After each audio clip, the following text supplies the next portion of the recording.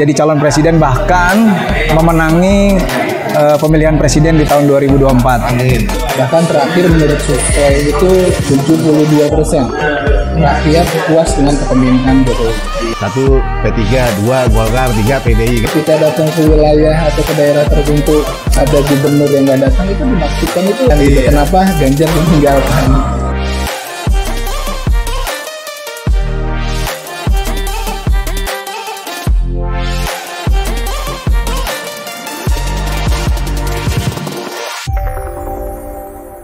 Halo, what's up guys? Ketemu lagi dengan gue Windy Muhammad di channel Windy Muhammad, channel kesayangan kalian semua. Kali ini gue lagi di Depak Hotel Cawang, dan hari ini gue mau bahas yang berat-berat nih. Sedikit berat, tapi dibikin ringan, dibikin santai. Karena kita tahu sebentar lagi akan ada Pilpres 2024 nih, yang makin hari makin seru nih kelihatannya nih. Dan hari ini gue mau ngobrol sama para politisi di Indonesia. Siapakah dia? Nah, dia adalah salah satu keluarga besar dari Bu Megawati dan almarhum Pak Taufik Kemas. Nah, mau tahu siapa dia lebih lanjut dan kita ngobrol-ngobrol hari ini? Oke, check this out.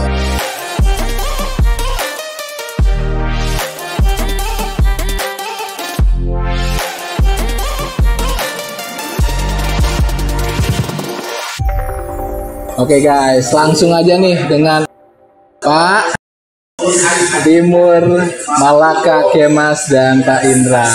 Halo Pak Timur, Pak Indra. Oke, makasih Mas Windy. Iya, boleh dibuka aja Pak masker. Kenapa masalahnya? Masalahnya ngomong berat-berat, orangnya berat sendiri nih. Berat badan. Santai aja guys ya. Oke Pak Timur. Pak Timur ini asli mana sih Pak? Palembang. Asli Palembang. Iya. Pak Timur Malaka Kemas. Iya. Nah, kenapa namanya ini ada Malakanya nih Pak? Malakanya itu pemberian dari orang tua saya. Almarhum bapak saya namanya Pak Dusi Darussalam Kemas. Pak Dusi ini anak dari Ci Agus Kemas. Nah, Ci Agus Kemas ini kakek kan, berarti bapak kakek saya ini punya anak 11. Yang pertama itu almarhum Pak Taufik Kemas. Yang kedua Ibu Gadis. Yang tiga bapak saya Dusi Darussalam Kemas. Nah, ini udah pada almarhum semua. Yang masih hidup tinggal Pak Santayana Kemas sama Pak Hermes Windar. Iya. Ya, saya anak dari Dusi Darussalam Kemas. Saya dinamakan Timur Malaka Kemas karena bapak saya ini penggemar Tan Malaka. Wah, luar biasa. Tokoh purba. Tan Malaka ya. Pak Timur, sekarang kesibukannya apa nih Pak Timur? Saya kontraktor basicnya, tapi karena pandemi ini di properti juga sih ada di Lampung ya. Oh gitu. Tapi karena pandemi ya minat pembeli kan properti tahu sendiri lah. Jual ada tapi pembeli bayarnya nggak ada, jadi ya kena dampaknya juga lah. Jadi kita ya santai aja sekarang, ke politik dulu aja. Iya. Kayaknya kalau ngobrolin properti memang 500 juta ke atas rada susah. Itu benar. Tapi 500 juta Masuk ini di properti ya? Iya. Oh ngerti kan? Dan 500 juta ke bawah masih ratus. Kalau kita 500 ke atas susah lah gitu. Itu juga kan kita paling sekarang sistem kerjasama paling ya. Yang punya tanah sama kita paling. Atau kalau Mas Yudi kali udah punya sendiri ya? Sistem kerjasama ya? Belum Pak, belum sampai ke situ. Oh, masih kerjasama juga. Iya. Iya. Pak Timur, hobinya apa nih Pak? Hobi saya sih berenang. Hobi berenang. Udah hebat banget berenangnya Pak. Iya, berenang kayak batu, tinggal nyebur, hilang. Enggak. Hobinya saya gaya katak. Oke Pak Timur, ini kan 2024 sebentar lagi nih. Nah, Pak Timur sendiri sebelum kita ke sana nih, udah berapa lama sih masuk ke dunia politik? Saya dari tahun 1996, dari 27 Juli. Basic saya kan ya karena PDI Perjuangan, dulu masih PDI. Masih PDI. Partai Demokrasi Indonesia Segi 5 ya. 1996. 1996. Yang terjadi 27 Juli 1996. Gitu. Ya dari Kuda Tuli itu 96, saya punya impian cita-cita dulu cuma 2. Bagaimana PDI, saat itu PDI belum PDI Perjuangan, masih Partai Demokrasi Indonesia. Karena baru ada 3 partai itu. 3 partai gampang nggak kayak sekarang kan banyak tuh, cuma dulu di 3 kan, 1 P3, 2 Golkar, 3 PDI, gampang deh anak-anak lu zaman dulu kalau kita ingat kan. Nah saya punya impian bagaimana PDI bisa menang pemilu yang pertama, yang kedua saya punya ketua umum bisa jadi presiden. Kalau saya janji itu tercapai, saya keluar dari dunia politik. Tercapailah keinginan saya tuh, 27 Juli selesai, 99 menang lah PDI Perjuangan. Ibu Megawati jadi pemilu. Belum jadi presiden. Bagus Dur. Masih bagaimana nih cita-cita saya tercapai. Setelah kita mengamati melihat Pak Gus Dur akhirnya 2002 menggantikan Pak Gus Dur. Mundur pada waktu itu. Ya udah di situ karena saya udah berjanji, saya mundur dari dunia politik. Saat itu saya dicalonin caleg 2004. Oh itu benar-benar mundur itu Pak? Benar mundur. Apa Bu Megawati jadi presiden? Saya mundur. Mundur. Mundur tapi nggak boleh sama teman-teman. Dulu saya ketua ranting Kota Bekasi tahun 99. Kalau ketua ranting dulu itu masih 99 itu masih apa? Posko. Nah, 99 terbentuklah ketua ranting. Dulu kan masih posko gotong royong tuh. Nah, jadi ketua ranting, saya dicalekin 2004. Padahal saya udah males tuh nyalek karena saya udah ikrar tadi kan. PDI Perjuangan menang pemilu, ketua umum jadi presiden, saya keluar dari dunia politik, tapi dicalekin. Ya udah mau nggak mau serba terpaksa sebenarnya. 2004 saya nyalek lah, dapat nomor urut 3. Waktu itu jadi akhirnya nyalek. Nggak jadi. Karena saya udah nggak yakin kan, sudah membulatkan tekad, saya udah nggak mau karena udah cita-cita saya.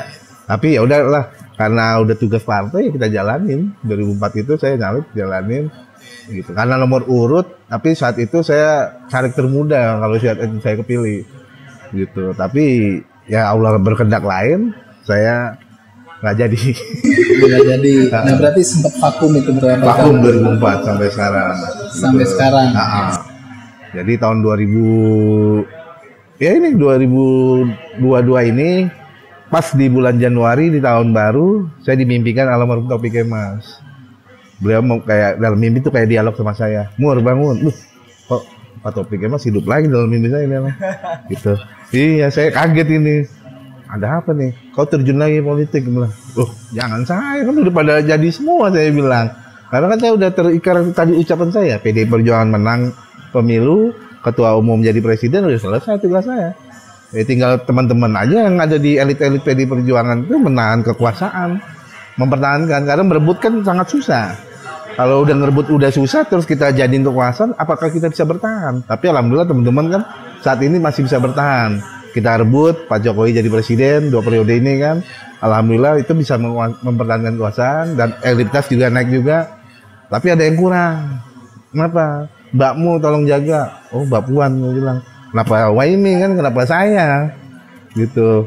Kan kata dia why not? Kenapa tidak? Udah kamu jalanin. Ya udahlah. Terilhamilah bentuk ini BP2E. Berarti kesibukannya sekarang bentuk BP2M ini? Iya, Barisan Pendukung Puan Maharani. Barisan Pendukung Puan Maharani. Oh, berarti ini bukan murni dari... Bukan partai. Bukan partai ya, bukan. Murni perorangan. Perorangan, organisasi dari akar rumput. Jadi saya ngomong sama Mas Indra, ngomong sama Pak Sekjen Nurdin Tupono, kenapa sih kita nggak majuin Mbak Puan gitu? Terus juga Pak Nurdin, Sekjen saya, iya Mas Timur, majuin aja itu keluarga kok Mbak Puan, gitu. Kita bantu, itu kan kalau Mas Timur. Iya sih saya dalam mimpi tugas menjagakan beliau. Ya, jadi berangkatnya dari mimpi itu tadi ya. Bisa kira tergerak untuk membentuk organisasi ini. BP2M. Oke Pak Timur, pertanyaannya adalah kenapa enggak Pak Ganjar? Karena elektabilitasnya itu kan Ganjar yang merupakan kader PDI Perjuangan itu tinggi. Nah, kenapa harus Bu Puan? Kenapa harus Mbak Puan? Itu kan tadi mimpi saya yang nyuruh kan bapaknya, almarhum Pak Taufik Kemas nyuruh saya jagain Mbak Puan. Ya saya jagain Mbak Puan. Karena mimpi tadi suruh jagain keluarga. Murni benar-benar berangkat dari mimpi. Dari mimpi saya jagain Mbak Puan. Terserah yang mau dijagain nanti bagaimana itu kan rekomendasinya ketua umum lah. Yang penting saya akan rumput ini, suara dari bawah, dari rakyat sendal jepit ini. Yuk kita sama-sama gotong royong buat dukung Mbak Puan sepenuh hati, satu tunggal calon presiden kita. Iya. Selain itu ada nggak mungkin Pak? Kira-kira selain mungkin ada kedekatan dengan Bu Puan, terus ingin mencalonkan Bu Puan itu sebagai presiden, ada nggak hal-hal lain yang mendorong Pak Timur untuk melakukan pergerakan ini? Oh nggak ada, kita murni semua. Ini kita dari teman-teman semua. Ya kita belum sounding ke beliau. Mungkin beliau akan kan karena sibuknya beliau jadi ketua DPR RI, tapi kita sudah mengasih ke asisten pribadinya dan kita udah mengirim surat untuk minta audiensi ke beliau. Yang penting saya deklarasi, saya izin secara WA gitu. Tapi murni dari akar rumput mengendaki udah Mas Timur nanti aja, yang penting kita berangkatin Mbak Puan dulu. Karena dorongan akar rumput ini minta Mbak Puan jadikan calon presiden, ya udah kita bentuk BP2. Kita belum sounding ke beliaunya malah. Iya, tapi PDIP sendiri itu sekarang udah balihonya udah di mana-mana nih dengan Bu Puan. Ya, itu urusan tugas partai ya. Kita kan relawan. Ini benar-benar beda ya. Iya. Pokoknya kita majuin Mbak Puan, akar rumput. Oke, kalau untuk Pak Indra sendiri gimana nih Pak Indra? Udah berapa lama di dunia politik, Pak? Dunia politik saya dari tahun 2000. Saya 2024 sampai 2009. Alhamdulillah jadi wakil ketua DPC. Tapi warnanya biru, Pak. Nah, biru. Apa tuh biru ya? Pil KB. Karena warnanya biru. Iya, biru. Warna Karena biru. BP2M ini kan kita latar belakang semua kita nyambung. Karena untuk presiden. Iya, jadi BP2M ini kan memang dari latar belakang apapun ya Pak ya, dan beliau Bang Timur, saya sebut Bang Timur ya karena sahabat saya. Bang Timur ini kan memang sahabat dekat saya, dan saya rasa memang Bu Puan ini adalah layak dan pantas menjadi presiden di tahun 2024. Begitu Pak Windy. Pak Indra ini sebagai apa di BP2M? Saya sebagai wakil ketua bidang publikasi, Pak. Iya. Oke, Pak Timur, balik lagi ke Pak Timur ya. Pak, saya baca-baca di internet segala macam mengenai Pak Timur nih sebelum saya ketemu Pak Timur. Nah itu Pak Timur sebelumnya juga memimpin organisasi Laskar Ganjar Puan. Iya. Nah, tapi sekarang jadi hanya Puan aja nih Pak. Belum dapat mimpi waktu itu. Belum dapat mimpi. Iya. Jadi itu yang tadi mau saya tanyakan gitu. Kenapa Ganjar ditinggalkan? Bukan ditinggalkan, Citron juga ada Puan juga kan. Iya, aku bilang kepada teman-teman, saya bentuk BP2M karena saya mimpikan beliau untuk jaga beliau, saya mengundurkan diri, dan mereka mengerti, ya udah nggak apa-apa, Mas Timur kan keluarga, itu bantu. Ya udah akhirnya Pak Sekjen, waktu itu Sekjennya Pak Nawang akhirnya udah Pak Nawang silakan jadi ketua umum gantiin saya bikin yang baru, udah kita baik-baik semua gitu. Berarti memang Laskar Ganjar Puan ini masih ada? Laskar Ganjar Puan masih ada. Masih ada. Oh, jadi Pak Timur memisahkan diri. Jadi Laskar Ganjar Puan sekarang yang dipimpin oleh Pak Nawang Andi Kusuma. Itu tadinya sekjen saya. Sekarang dia udah jadi ketua umumnya gantiin saya. Saya mundur dari Laskar Ganjar Puan, saya bentuk sendiri ini BP2M-nya. Kalau Bu Puan bilang ketika datang ke wilayah atau ke daerah tertentu ada gubernur yang nggak datang, itu dimaksudkan itu Pak Ganjar atau? Nah, karena kita kapasitasnya relawan, kita kan tahu diri. Yang bisa ngomong bicara elit-elit PDI Perjuangan. Pinter nih Mas Widi. Mancing-mancing nanti. Bukan kapasitas saya bicara. Nah, ini yang harus dimengertikan pada teman-teman semua di relawan, maupun dia relawan Ganjaris, relawan Ganjar Puan, apapun bentuknya. Kita sebatas relawan, ya relawan aja ngomong. Jangan kapasitas melebihi petugas partai. Karena petugas partai itu punya tugasnya masing-masing. Gitu. Kita jagoan jargon siapa, ya kita jagoan itu. Mau dia jagoan Pak Prabowo, sebatas itu aja relawan. Karena kalau sebatas lebih itu kan wewenangnya ada petugas partainya lagi. Namanya relawan, relawan berkorban. Mau diaku mau enggak, kita tetap berjalan gitu. Tinggal bagaimana relawan mengambil suara atau mengambil simpati masyarakat gitu. Karena kan pemilih ini kan apalagi milenial kan. Yang untungnya ini di acara ini udah bagus nih, milenial pada ngeliat semua. Jadi pemilih milenial jangan labil. Mbak Puan wanita pertama kali yang jadi ketua DPR RI di Indonesia. Jadi kaum wanita bangga lah, karena saya BP2M ini visi misinya persamaan gender. Gitu. Siapa bilang wanita nggak bisa mimpin? Bisa kok. Buktinya Bu Mega pernah jadi presiden. Jadi ingin mengangkat salah satunya hal ini. Iya, visi misinya ada persamaan gender. Pak Timur,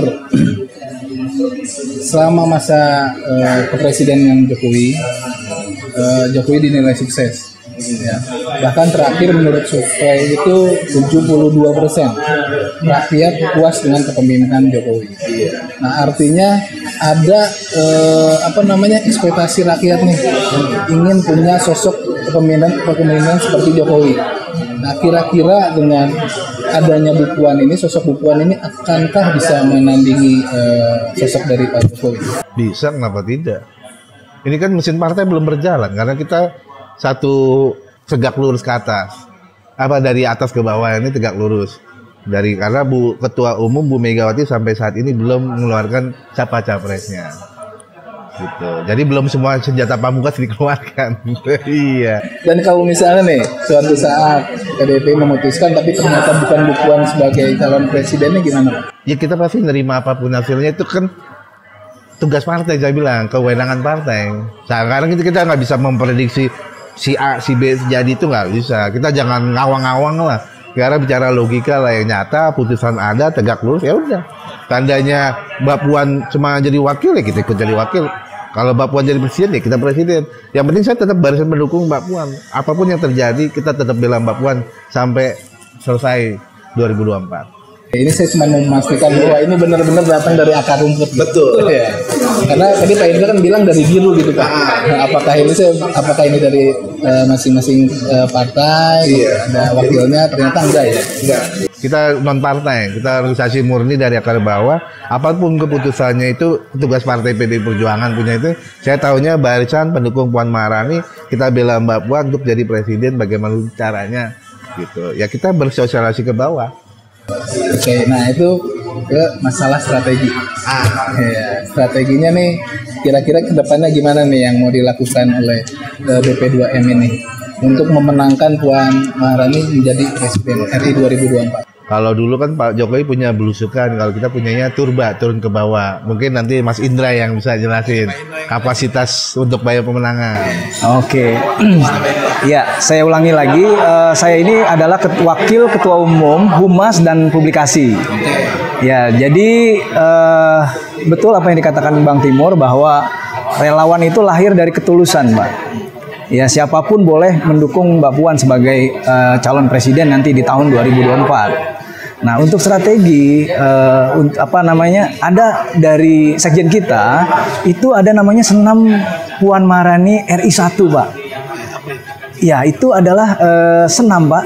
Nanti Bapak bisa lihat di link YouTube kita, ada beberapa daerah yang sudah senam bareng-bareng. Ya, lalu nanti kita akan adakan UMKM. Nah, UMKM ini adalah akan digelar di seluruh daerah. Jadi untuk pemodalan nanti bisa diajukan gitu Pak ya, yang pantas untuk mendapat modal usaha dari kita gitu loh Pak ya. Nah, itu yang kedua adalah ini usulan dari saya. Kebetulan saya juga salah satu dosen. Saya ingin program ini berjalan, ada namanya program beasiswa Pak. Ya, beasiswa khusus untuk calon mahasiswa yang tidak mampu, tapi mereka punya kemampuan yang baik dari sisi intelektual dan integritas. Nah, itu kan kita dorong agar kaum milenial bisa kuliah semua, insya Allah. Ya. Lalu ini yang ketiga adalah kan mengenai publikasi. Kemarin juga sudah dipasang titik reklame Pak ya. Di daerah mana Pak? Kita penyangganya Kota Jakarta, Kota Bekasi. Kota Bekasi. Nah, itu Kota Bekasi kita sudah pasang reklame alun-alun sebagai gaung kita bahwa BP2M ini sudah benar-benar ada. Iya. Udah lihat ya, di alun-alun Kota Bekasi, betul. Iya, itu adalah salah satu strategi. Yang kedua kan gini adalah serangan udaranya. Ini kita nanti akan buat Facebooknya, Instagram, YouTube-nya juga sudah mulai berjalan ya Pak ya. Jadi kalau mau klik BP2M, YouTube-nya keluar tuh kegiatan kita mulai dari deklarasi, medsosnya, terus ada kegiatan yang senam tadi di seluruh Indonesia nanti akan diadakan senam. Nah, itu adalah salah satu strategi kita. Kalau semuanya saya buka kan ketahuan dong. Jangan. Tidak dibuka semuanya. Kalau menanyakan teknisnya seperti apa bisa ditanyakan ke Pak Timur ini.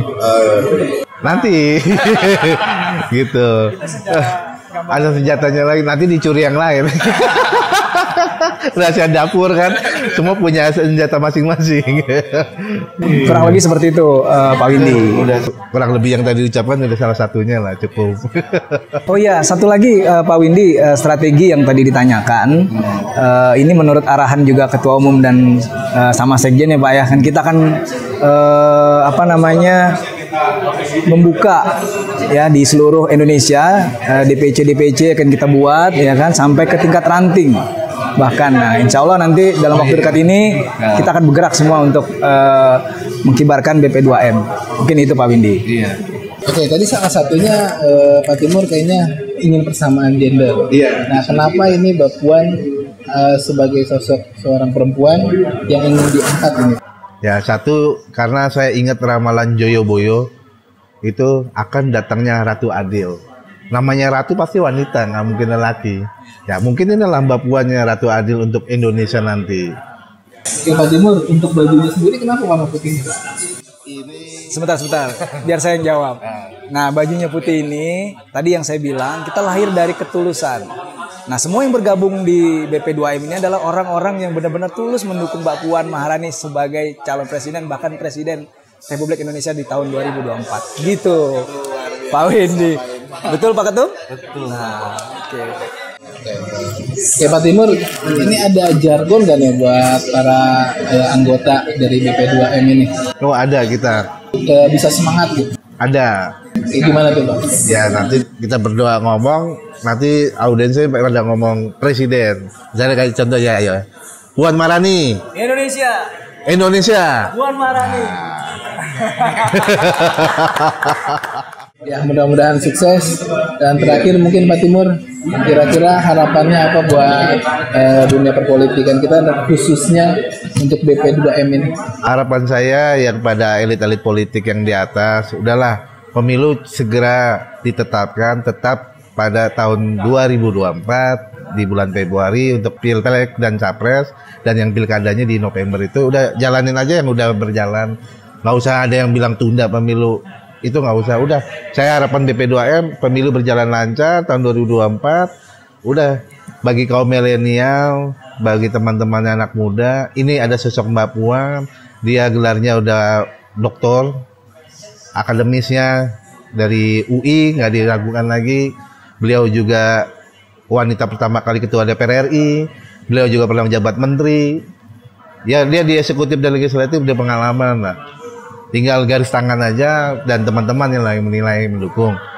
Kuncinya Mbak Puan pasti akan turun ke bawah. Itu salah satu kunci nanti strategis yang akan kita keluarkan. Ini semua belum kita keluarkan semua. Nah, mungkin elit PD Perjuangan juga akan mengeluarkan itu senjata pamungkas nantinya. Saat ini untuk naikkan elektabilitas biarin aja berjalan apa adanya dulu. Karena masih 2 tahun, bro. Iya, sudah 2 tahun dekat lagi, Pak. Iya. Santai-santai, jangan terlalu langsung jual gitu. Santai-santai tapi nusuk dah. Nah, iya. Oke, dari Pak Indra sendiri mungkin apa banget? Harapan saya yang pasti tahun 2024 Bismillah, insya Allah Mbak Puan jadi calon presiden, bahkan memenangi pemilihan presiden di tahun 2024. Amin. Itu harapan saya, dan Indonesia akan menjadi lebih baik ketika nanti dipimpin oleh Mbak Puan Maharani. Oke, terima Mungkin kasih, itu aja Pak Windy ya. Ya, Siap. Pak Indra, terima kasih Pak Timur atas waktunya nih. Oke guys, kalau gitu kita udahin obrolan kita malam ini. Jangan lupa subscribe, like, and share di channel Windy Muhammad. Sampai ketemu lagi dengan gue Windy Muhammad. Cayo.